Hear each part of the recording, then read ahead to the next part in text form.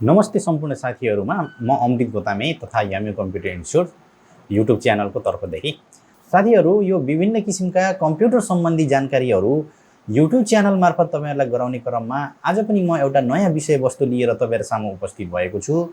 कृपया भिडियोलाई राम्रोसँग हेरिदिनु होला र तपाईहरुलाई समस्या भयो भने अवश्य पनि कमेन्ट गर्नु होला। त्यसको पक्कै पनि मैले ढिलो चाँडो तपाईहरुलाई जानकारी दिने नै छु र त्यसको समस्याको समाधान पनि मैले ढिलो चाँडो पक्कै पनि गर्ने छु भन्दै आजको विषयवस्तुको बारेमा तपाईहरुलाई जानकारी गराउन चाहन्छु। साथीहरु हामीहरुले यो एडोब फोटोशप भन्ने यो ग्राफिक सफ्टवेयर मध्येको विभिन्न किसिमका टुल्सहरुको बारेमा जानकारी त हामीले लिइरहेका छौं। मैले सबै यो भन्दा पहिलाका भिडियोहरु मैले राखिसकेको छु र आज पनि त्यसैसँग सम्बन्धित केही टुल्सहरुको बारेमा एकदम आवश्यक जानकारीहरु म आज यो भिडियोमा तपाईहरुलाई गराउने छु र भिडियोलाई चाहिँ राम्रोसँग इग्नोर नगरिकन अथवा स्किप नगरिकन भिडियोलाई राम्रोसँग स्किप नगरिकन हेर्नु होला र पक्कै पनि यो हेरिसकेपछि तपाईहरुलाई फाइदा नै हुनेछ भन्ने कुरामा म पूर्ण विश्वास लिएको छु। त्यसैको लागि म अब आज तपाईलाई एडोब फोटोशपको स्क्रिन तर्फ लैजान चाहन्छु। ल हेर्नु साथीहरु, मैले यहाँ एडोब फोटोशप भन्ने सफ्टवेयर मैले खोलेको छु र यो सुरुमा फोटोशप खोलिसकेपछिको हाम्रो आउने स्क्रिन हो। अनि यो स्क्रिनमा मैले अहिले केही पनि यहाँ न्यू गरेको छैन अथवा कुनै ओपन गरेको छैन, त्यही भएर यहाँ खाली छ र यसमा मैले एउटा कुनै न्यू गर्छु अथवा कुनै पहिले बनाइसकेको मैले ओपन गर्छु। ओपन गरिसकेपछि त्योसँग सम्बन्धित मैले काम गर्न थाल्छु। ल हेर्नुस् है, यसरी मैले यो एउटा पहिले प्रिसेभ फाइल मैले ओपन गरेँ र यसरी यो फाइल ओपन भइसकेपछि यहाँ त हामीले धेरै कामहरु गर्न सक्छौं। तर आजको यो टपिकमा मैले तपाईलाई के जानकारी गराउँछु भने यो विशेष गरी हाम्रो यो नोट टुल र अडियो एनोटेसन भन्ने टुल, यी दुईटा टुलहरु छ। यी दुईटा टुलहरुको बारेमा चाहिँ म तपाईलाई पुराको पुरा जानकारी यो भिडियो मार्फत मैले गराउने छु। भिडियोलाई चाहिँ राम्रोसँग हेर्दै जानु होला।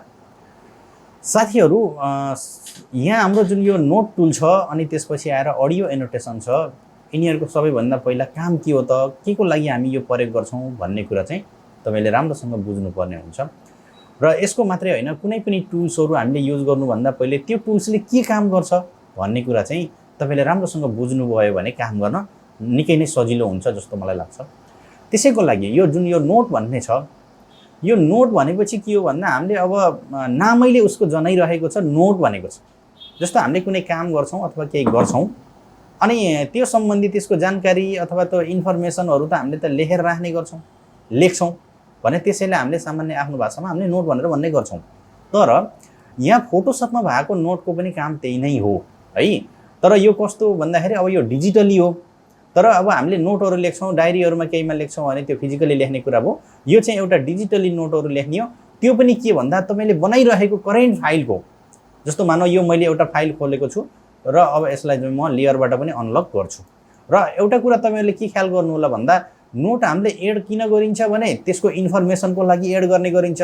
तर त्यो नोट चाहिँ हाम्रो यो पीएसडी फाइलमा बाहेक अरु फाइलहरुमा चाहिँ हाम्रो त्यो नोट चाहिँ स्टोर भएर बस्दैन। जस्तो मानौ मैले यसलाई सेभ गर्छु भने यसलाई मैले पीएसडी फर्मेटमा सेभ गर्छु अथवा टिफ फर्मेटमा गर्छु अथवा पीडीएफमा गर्छु भने यो पीएसडी फर्मेटमा त्यो नोट सेभ भएर बस्छ। तर अरु फर्मेटमा जस्तो अब जेपीजी, जेपीईजी यस्तो टाइपको फर्मेटहरुमा, पीएनजी फर्मेटहरुमा राख्नु भने त्यो नोट चाहिँ स्टोर भएर बसेको हुँदैन। यो कुरा चाहिँ क्लियर हुनु होला। सबै किसिमको फाइल फर्मेटमा हामीले एड गरेको नोट चाहिँ त्यहाँ स्टोर भएर बसेको हुँदैन। अब हेर्नुस्, जस्तो यो डिजाइनमा मैले यो माथिपट्टि यो राखेँ, यो घडीहरु राखेँ अनि यतापट्टि यो घडीहरु राखेँ अनि यसको बारेमा लेखेँ। अहिले त मैले यसलाई मर्ज गरिसकेको छु हैन। यदि मैले यो घडी छुट्टै, यो घडी छुट्टै, यो घडी छुट्टै यसरी राखेँ भने र यिनीहरुको बारेमा म यहाँ नोट एड गर्न चाहन्छु भने स्पेशली यसैलाई प्रयोग गर्न सकिन्छ के। तर गर्नै पर्छ भन्ने जरुरी त छैन। तर एक ठाउँबाट अर्को ठाउँ तपाईले त्यो फाइल पठाउँदाखेरि त्यो चाहिँ गर्न जरुरी छ कि हरेक मान्छेले अब त्यो यो के हो भन्दै उसलाई सोध्न नपरोस् के। आखिर यो नोट हेर्ने बित्तिकै यो छ है, यो यस्तो रहेछ है भन्ने कुरा उले बुझ्न सकोस् भन्ने उद्देश्यले एड गर्ने हो। अब यो एड गर्नको लागि मैले सबैभन्दा पहिला यहाँ नोट टुलमा क्लिक गर्छु अथवा यदि तपाईले यसको सर्टकट की प्रयोग गर्न चाहनुहुन्छ, अरु टुलमा हुनुहुन्छ भने यसको सर्टकट की एन हो। जस्तो मानिलियौ म अहिले यहाँ मुभ टुलमा छु र मैले यहाँ किबोर्डबाट यहाँ एन दबाइदिएँ भने यो हाम्रो यसमा आउँछ र यो आउने बित्तिकै यहाँ माथिपट्टि हेर्नुस् त अप्सन बारमा एउटा अथर भन्यो अनि अर्को यसको साइज भन्यो, यसको कलर भन्यो अथर भनेको अब के अथर एड गर्न सक्नुभयो। अब साइज कत्रो राख्ने के भन्ने, जस्तै मैले यहाँ अथरमा चाहिँ यहाँ याम्यू कम्प्युटर भनेर राखिदिएँ। अनि यसको साइज कत्रो राख्ने भन्ने कुरा अब हाम्रो यहाँ छ स्मलर, स्मलेस्ट, स्मलर, मिडियम अनि लार्जर, लार्जेस्ट भन्ने छ। अब मिडियम नै राखिदिउँ, ठिक्क साइजको आउँछ। र त्यसको कलर कस्तो आउने भन्ने कुरा पनि हामी यहाँबाट एड गर्न सक्छौँ। अहिले हाम्रो चाहिँ यहाँ यस्तो यो येलो टाइपको कलर छ, यहाँ गएर तपाईँले अर्को कुनै कलर एड गर्नुभयो भने त्यो पनि गर्दा हुन्छ। अब चाहिँ हाम्रो रेड कलरमा एड हुन्छ। जहाँ तपाईँले यो नोट एड गर्न चाहनुहुन्छ त्यहाँ ट्याक्क क्लिक गरिदिनुहोस्।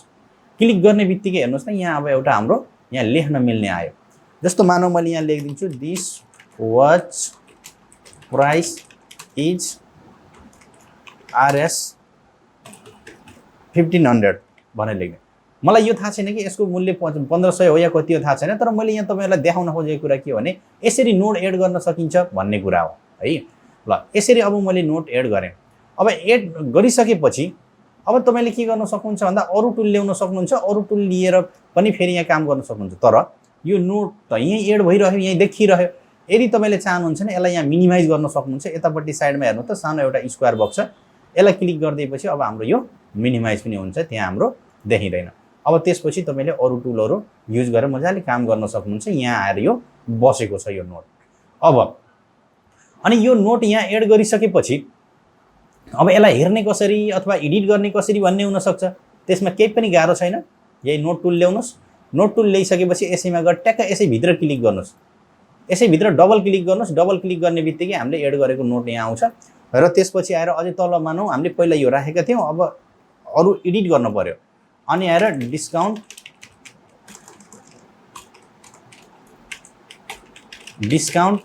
इज RS 100 यो नोट एड गरेको कि। त्यसपछि यतापट्टि यो स्क्वायर बक्समा यहाँ हामीले क्लिक गरिदिउँ। ल त्यसपछि यो हाम्रो हटेर गयो। अब हाम्रो यो नोट यहाँ एड भयो। त्यस्तै अब अर्को ठाउँ एड गर्नु पर्यो। जहाँ एड गर्नुपर्ने छ, जस्तो अब यहाँ आएर गर्नुपर्ने छ। जहाँ गर्नुपर्ने छ यहीँ होइन कि, यहाँ क्लिक गरौँ। This watch is very affordable price भनेर लेख्ने। त्यसपछि यतापट्टि त्यो स्क्वायरमा ट्याक्क क्लिक गर्नुहोस्। त्यसपछि त्यो हाम्रो लुकिहाल्छ। तर यहाँ कम्प्लिटली हाम्रो यो स्क्रिनबाट हटेको होइन, तर यहाँ हाम्रो बसेको छ। यसरी हामीले कुनै पनि लेयरहरूमा काम गर्दाखेरि त्यो लेयरहरूसँग सम्बन्धित हामीले कुनै इन्फर्मेसन त्यहाँ एड गरेर राख्न चाहन्छौँ भने हामी यो नोट भन्ने टुलको प्रयोग गर्छौँ। ल हेर्नुहोस्, अब मैले यसलाई चाहिँ यहाँ सेभ गरिदिन्छु। सेभ मैले केमा गर्छु भन्दा एउटा उदाहरणको लागि मैले तपाईँलाई के गरिदिन्छु भने यहाँ यसलाई जेपिजीमा सेभ गरेर देखाइदिन्छु। यहाँ जेपिजीमा मैले यो एउटा 4 भनेर मैले सेभ गरिदिएँ। ल हेर्नुहोस् है। अनि यसलाई मिनिमाइज गरिदिउँ। अब त्यो मैले जेपिजीलाई मैले सेभ गरेको थिएँ जुन, अब यसलाई मैले फोटोसपमा ओपन गर्छु। त्यहाँ एड गरेको नोट अब यो देखिँदैन। ल हेर्नुहोस्, अनि मैले यहाँ एड गरेको थिएँ, यहाँ एड गरेको थिएँ, त्यो देखिएन। तर यदि तपाईँले यो फाइललाई PSD फर्मेटमा तपाईँले सेभ गरेर राख्नुभयो भने ल हेर्नुहोस् है, डेस्कटपमा मैले यहाँ वाच भनेर यसरी सेभ गरिदिएँ PSDमा। अनि यो ओके गरेँ। अब यसलाई म बन्द पनि गरिदिन्छु। तर अब बन्द गरेर पनि हाम्रो त्यो नोट चाहिँ PSD फर्मेटमा चाहिँ केही पनि हुँदैन। अब यसलाई फेरि फोटोसपमा खोल्नुहोस्। त्यो नोट चाहिँ हाम्रो जहाँको चाहिँ ल हेर्नुहोस् यहाँ छ, यहाँ छ। यसरी हामीले चाहिँ नोट एड गर्न सक्छौँ है। र अब यो नोट आवश्यक परेन, अब तपाईँलाई यहाँ छ, यी आवश्यक परेन भने तपाईँले एउटा सबैभन्दा सजिलो तरिका एउटालाई मात्रै हटाउन चाहनुहुन्छ, जस्तो यहाँको मात्रै नोट हटाउन चाहनुहुन्छ भने यसैमा राइट क्लिक गरेर यहाँ डिलिट नोट गर्ने। अनि त्यसपछि आएर डिलिट अल एनोटेसन गरेपछि यहाँ भएका जति पनि हामीले एड गरेको सबै जान्छ। क्लोज नोट भनेको यो बन्द गर्नको लागि हो। अहिले हाम्रो यो क्लोज छ, त्यही भएर यहाँ ओपन भनेको छ है।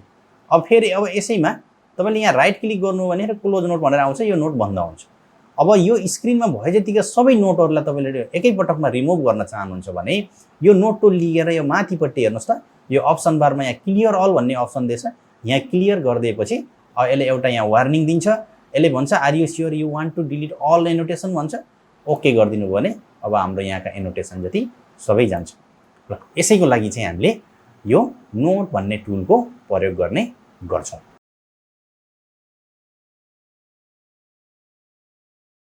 मैले नोट टुलको बारेमा त अब भर्खर बुझिसक्नुभयो कि नोट चाहिँ हामीले कुनै पनि लेयरहरूमा उसको इन्फर्मेसन एड गरेर राख्नु पर्यो भने हामी के गर्छौँ, नोट टुलको प्रयोग गर्ने गर्छौँ।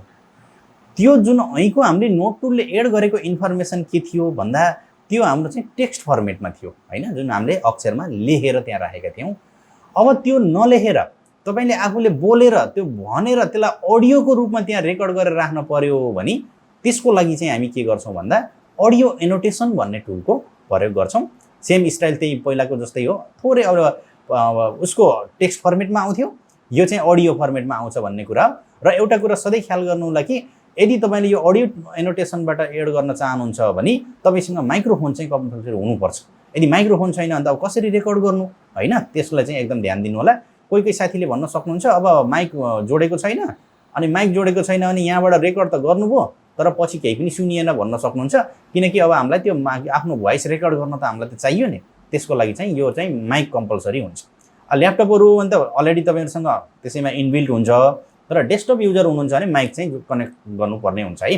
अब त्यसपछि म अब यहाँ गएर यहाँ के गर्छु, एड गरिदिन्छु। ट्याक्क यहाँ मैले क्लिक गरेँ, क्लिक गर्ने बित्तिकै यहाँ एउटा अडियो एनोटेसन भनेर एउटा डायलग बक्स आयो र यसले के भनेको छ भन्दाखेरि press the start button to begin regarding by speaking into the microphone. माइक्रोफोनबाट स्पिक गरेर बोलेर हाम्रो के गर्ने भन्दा यो रेकर्ड सुरु गर्ने भनेर भनेको छ।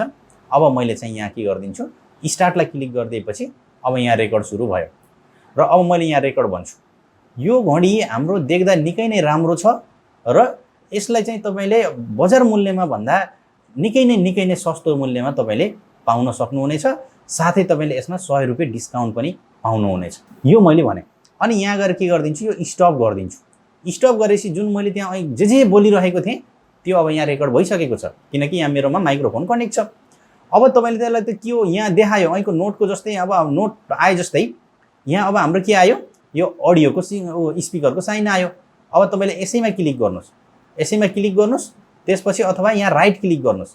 राइट क्लिक गरेर हेर्नु त यहाँ प्ले भनेर अप्सन आछ, प्ले गरिदिनुस्। अनि त्यसपछि अब तपाईले सुन्नुस्। ल हेर्नुस्, अब त्यो यसले के गर्यो, त्यहाँ रेकर्ड गरेको छ नि।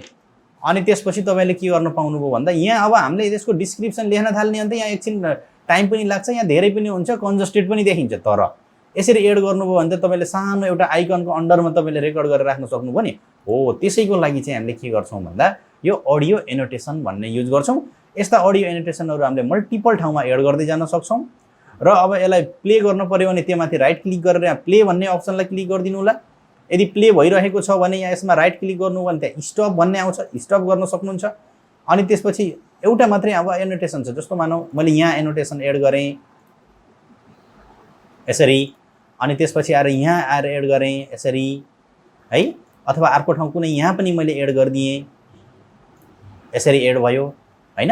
यहाँ मेरो 4वटा के भयो, अडियो एनोटेसनहरू यहाँ एड भयो। अब कुनै एउटालाई मात्रै तपाईले त्यहाँबाट हटाउन चाहनुहुन्छ भने राइट क्लिक गरेर यहाँ डिलिट अडियो एनोटेसन गरिदिने। अनि यहाँ डिलिट अल एनोटेसन गर्नुभयो भने यहाँ भएका सबै जान्छ, अथवा माथिपट्टि हाम्रो यो अप्सन बारमा पनि यहाँ क्लियर अल भनेर भनेको छ, यसलाई क्लियर गरिदिनु भयो भने पनि तपाईले यहाँबाट ओके गरिदिएपछि यहाँ भएका अडियो एनोटेसनहरू गयो।